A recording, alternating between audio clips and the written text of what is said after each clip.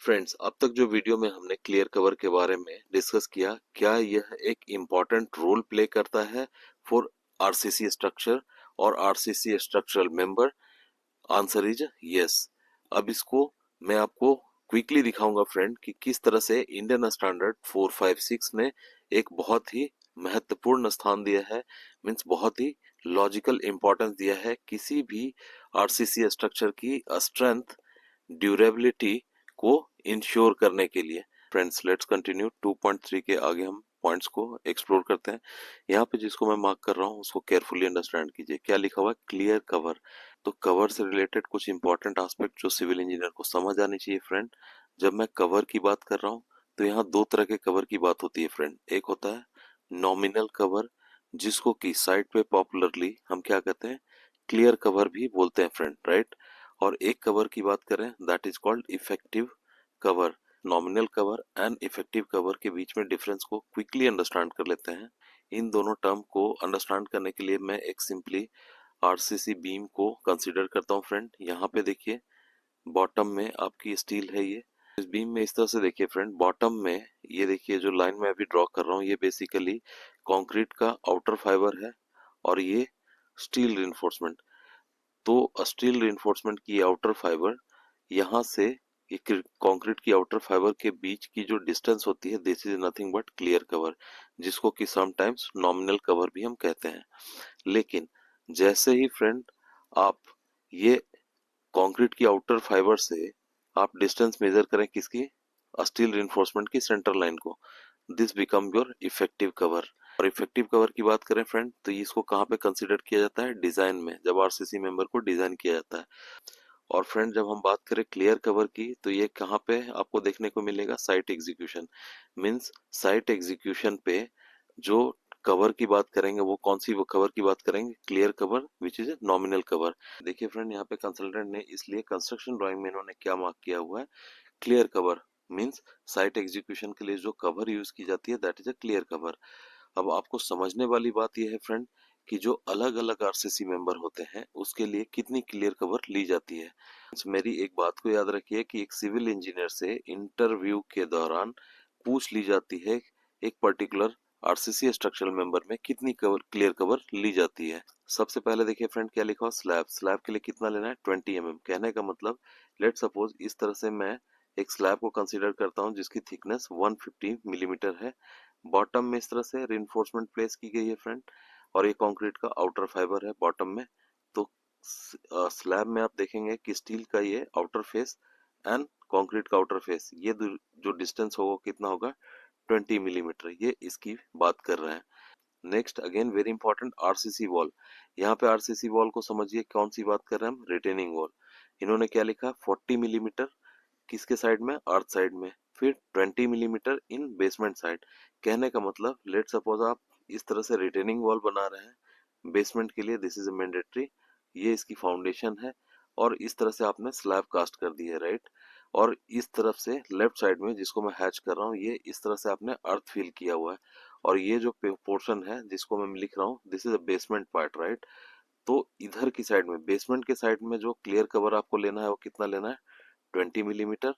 और जब मैं अर्थ साइड में जिधर मिट्टी भरी जाएगी और बाद में इधर पे क्या होता है जैसे रोड को हम बना रहे हैं तो इस साइड में ये जिसको मैं टिक कर रहा हूँ इधर साइड में कितना लेना है? 40 millimetre. Again why this is done so? क्योंकि मिट्टी में देखेंगे कभी बारिश का मौसम होगा तो मिट्टी में क्या होगा? पानी होगी, मिट्टी सैचुरेटेड कंडीशन में होगी। और जो रिटेनिंग वॉल का जो आउटर फेस है टुवर्ड्स द सॉइल वो हमेशा क्या होगा? Prone to water, right.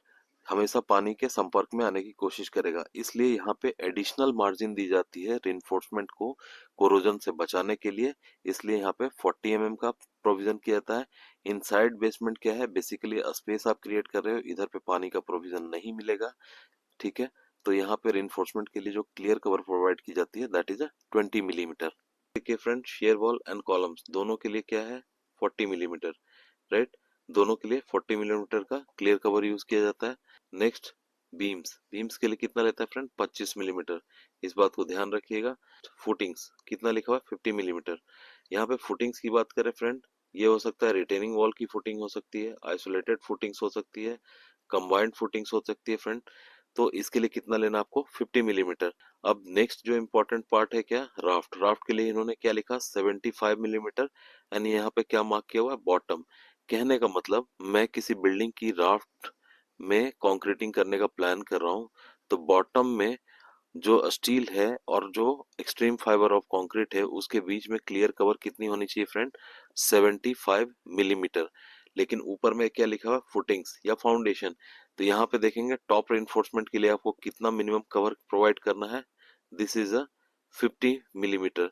Sometimes आप देखेंगे कंसल्टेंट जो है साइड में भी मेंशन कर देते हैं कि साइड से भी आपको 75 मिलीमीटर मेंटेन करना है, तो ये पार्ट आपको ड्राइंग्स में मेंशन रहेगी। लेकिन यदि नहीं दी हुई है तो 75 मिलीमीटर की जगह आपको मिनिमम 50 मिलीमीटर आपको कवर प्रोवाइड करना है ऑल अराउंड फाउंडेशन के। मींस राफ्ट के चारों तरफ आपको कितना करना है, पेरिफेरियल पे 50 मिलीमीटर, टॉप में 50 मिलीमीटर एंड बॉटम में 75 मिलीमीटर लेके जाना है। फ्रेंड्स आपके सामने ये देखिए इंडियन स्टैंडर्ड 456 2000 है, फोर्थ रिवीजन में हम देख रहे हैं फ्रेंड। यहाँ पे जो फोर्थ रिवीजन के बाद जो दी गई है पॉइंट्स, उसमें यहाँ पॉइंट नंबर ए को देखिए, इसमें क्या लिखा है, रिसेंट ईयर्स में durability of concrete of a structure has become a cause of concern to all concrete technologists, means durability become one of the important aspect of any RCC member। अबे point number H को देखिए friend, जिसको मैं mark कर रहा हूँ, term क्या लिखा हुआ है इन्होंने, ड्यूरेबिलिटी। मींस जो कंक्रीट स्ट्रक्चर हम बना रहे हैं उसकी durability become one of the important aspect. ठीक है, इन्होंने क्या लिखा है, durability clause has been enlarge and including details guideline concerning the factors affecting the durability, the table on environmental exposure condition. This is again very important, किसी video में हम discuss करेंगे फ्रेंड कि ड्यूरेबिलिटी को हम क्वालिटी एश्योरेंस के तौर पे जब लेते हैं, तो यहाँ पे इन्होंने कैटेगरिकली बात किया हुआ है इन्वायरमेंटल एक्सपोजर कंडीशंस की। उसमें आप देखेंगे वेरी सीवियर से लेके एक्सट्रीम कंडीशन को इन्होंने मेंशन किया है। इसके लिए इन्होंने क्या लिखा, this clause also covers the requirement for shape and size of the member. Then again very important जो हम डिस्कस कर रहे हैं, depth of concrete cover. Means durability के पैरामीटर्स को मीट करने के लिए कंक्रीट की cover becomes very important aspect, and other aspects यहाँ पे मेंशन की गई है। तो क्लियर कवर कितना इंपॉर्टेंट रोल प्ले करता है फ्रेंड, इस बात को यहाँ पे जो मैं एग्जांपल से आपको दिखाया कि इंडियन स्टैंडर्ड्स 456 फोर्थ रिवीजन में जो ड्यूरेबिलिटी एस्पेक्ट है उसमें one of the again important factor is concrete cover. तो इस बात को आप समझ सकते हैं, यहाँ पे मैंने आपको कोडल रेफरेंस भी दिया फ्रेंड। सो फ्रेंड्स इस वीडियो में डिस्कशन को यहीं कंक्लूड करते हैं। उम्मीद करता हूँ ये वीडियो आपको पसंद आई होगी फ्रेंड। पसंद आती है तो लाइक एंड शेयर करना ना भूलें फ्रेंड। यदि आप इस चैनल पे नए हैं तो प्लीज सब्सक्राइब कीजिए। वीडियो देखने के लिए शुक्रिया friend. I hope this video found to be informative to you. Thank you for watching it. जय हिंद।